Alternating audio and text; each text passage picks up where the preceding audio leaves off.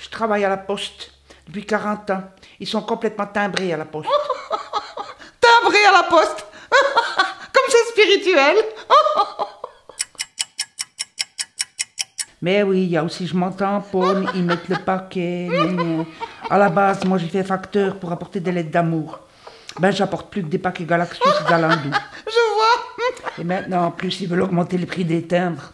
Déjà que le courrier il arrive jamais le lendemain. C'est toujours la faute des facteurs. Ça, je peux plus, je suis en burn-out. Mais pourquoi? C'est un métier tellement gratifiant, tellement merveilleux, tellement évocateur. Facteur, factrice, facteuse, facteureuse. Je sais pas.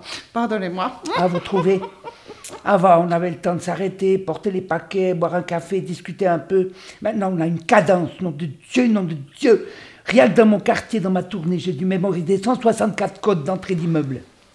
Et puis il y a ce scanner qui marche une fois sur deux. Et puis on se fait gueuler si on laisse l'avis de dépôt dans la boîte aux lettres pour que les gens aillent chercher eux-mêmes leurs paquets. Le pire, c'est les paquets contre remboursement. Parce que là, tu es obligé de monter, de sonner. Tu perds au moins 30 secondes. Puis c'est tout marqué sur le scanner. C'est un mouchard, tu vois.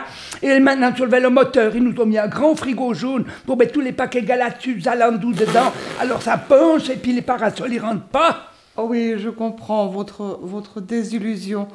Alors, qu'est-ce que vous allez faire? Démissionner juste avant la retraite? Non, j'ai une idée. Laquelle? Je vais hacker la poste. Plaît-il? Ils sont tellement arrogants à la poste.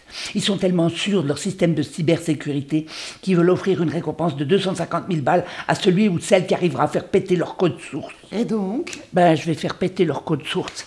Je vais faire une cyberattaque, comme ils ont fait à Roll, à la CGN, à la Banque cantonale de Châteloise, puis avec les sextoys, là. Ah oui, j'ai Ça me remarqué. fait marrer. Rigole bien, qui rigole tout de suite. Une cyberattaque? Il y en a marre de cette numérisation, de ces QR codes, ces scanners, ces drones, ces taxes papier, ces taxes supplémentaires que tu payes si tu vas faire tes paiements au guichet, cette façon de guichet, il n'y en a plus. La poste, c'est un service public, nom de Dieu! Une cyberattaque, bien.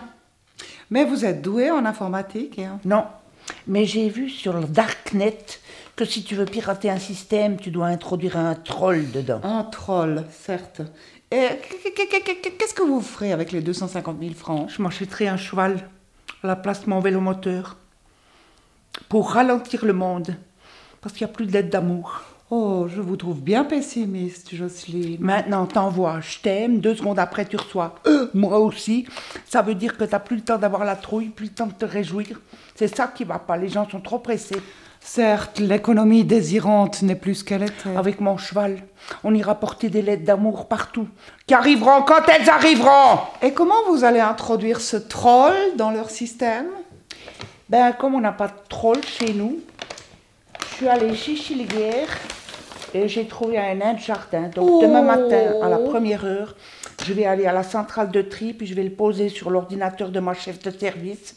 Avec mon nain, je vais faire péter leur code source. Je vais faire péter le géant jaune. Bon, c'est l'heure. Je ne peux que cautionner cette cyberaction, Jocelyne. Vous avez raison.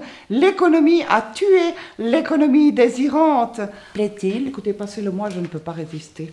Il est tellement mignon, tellement trognon, hein. Bonne chance pour cette cyberattaque, vraiment, avec ce troll, ce imposteur. Ça va aller comme une lettre à la poste. Et toc.